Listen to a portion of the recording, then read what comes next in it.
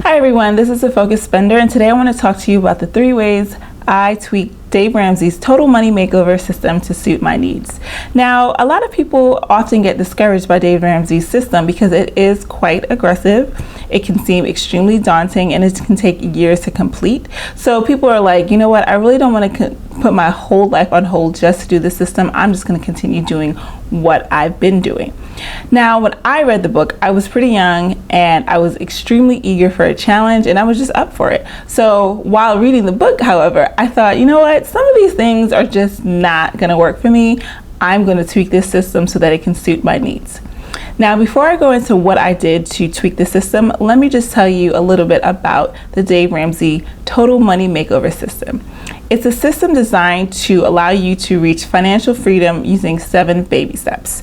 So step 1, you create an emergency fund of $1,000 as fast as you can. Step 2 is the debt snowball, where you list your debt from smallest to largest, with the exception of your mortgage if you have a house, and you pay off all your debt in that order. And the focus here is to do it with gazelle-like intensity so that you're throwing all of your extra cash towards that debt. Step 3 is to build your emergency fund with 3 to 6 months worth of expenses. Step 4, let's look. Step 4 is to invest 15% of your household income towards your retirement. Step 5 is to start saving for college if you have children. Step 6 is to pay off your home early if you own a home. And step 7 is to build wealth and give generously. So the first way I tweak the Dave Ramsey's Total Money Makeover system relates to baby step number 1.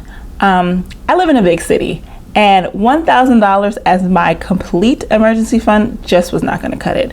At the time when I started out, I already had a few $1,000s in the bank. So what I decided to do was to create a savings account and label it emergency fund. And I transferred $1,000 into it. And then I took a portion of the remainder of my money and I put that towards my student loans. And then I put the remaining portion in another savings account so that it was like a backup emergency fund where I really was not going to touch it unless my emergency fund had been depleted. So the second way I tweak the system relates to baby step number 2 and his focus on gazelle-like intensity. So I'm all for being intense, but sometimes you have to do it within reason. In his book, there were so many examples of people who completely downsized their homes. They went from living in, a 4,000 square foot house to living in an apartment above someone's home. Or they moved back in with their parents, or they sold so many, they had garage sales, they did all these things to gain extra cash to get out of debt. Now what I did, I got a lot of side jobs. I used my tax refund money. I used a portion of my tax refund money. Like I would save a few $100s for myself, but I would use the remainder towards my debt.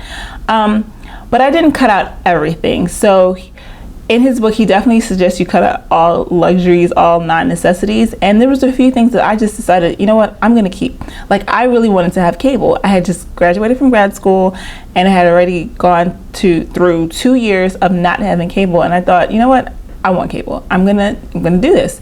And I also had a budget of $100 for clothing so that I can shop whenever I wanted to, because I figured even if I don't budget for this, I'm still gonna shop. So I might as well account for it in the beginning and tweak everything else around it so that I can shop like a normal person and not feel miserable. Because at the end of the day, if I was miserable, I was not gonna stick to the plan. So the third way that I tweaked his system also relates to baby step number 2 in regards to funding my retirement account. So in his system, he suggests that you do not fund your retirement account while you're on baby step 1 and 2, and you use all that extra money towards your debt. Now, my job provided a 2% match on the 403B program, and I thought if I don't contribute at least 2% on my 403B, I'm going to lose out on this money. And I did not want to leave free money on the table, so I just continued funding my retirement account. I just didn't do it as aggressively as I had been doing it in the past. Now, the reason I really wanted to share this video with you guys is because whether you're following Dave Ramsey or Susie Orman or whomever you're following, do not get discouraged by their system. Sometimes, they use examples of people in their books who do everything to the extreme, and you're like, wait a minute, I really cannot do this. This is too hard for me. So I feel like you should just read the books, read the systems, and then decide what it is that you can do with integrity so that you too can live a life of financial freedom. If you like this video, don't forget to thumbs up and share with your friends. If you want to connect with me, you can leave me a comment below, or you can find me on Instagram at FocusSpender, or you can also find me online at www.focusspender.com. Thanks. Bye-bye.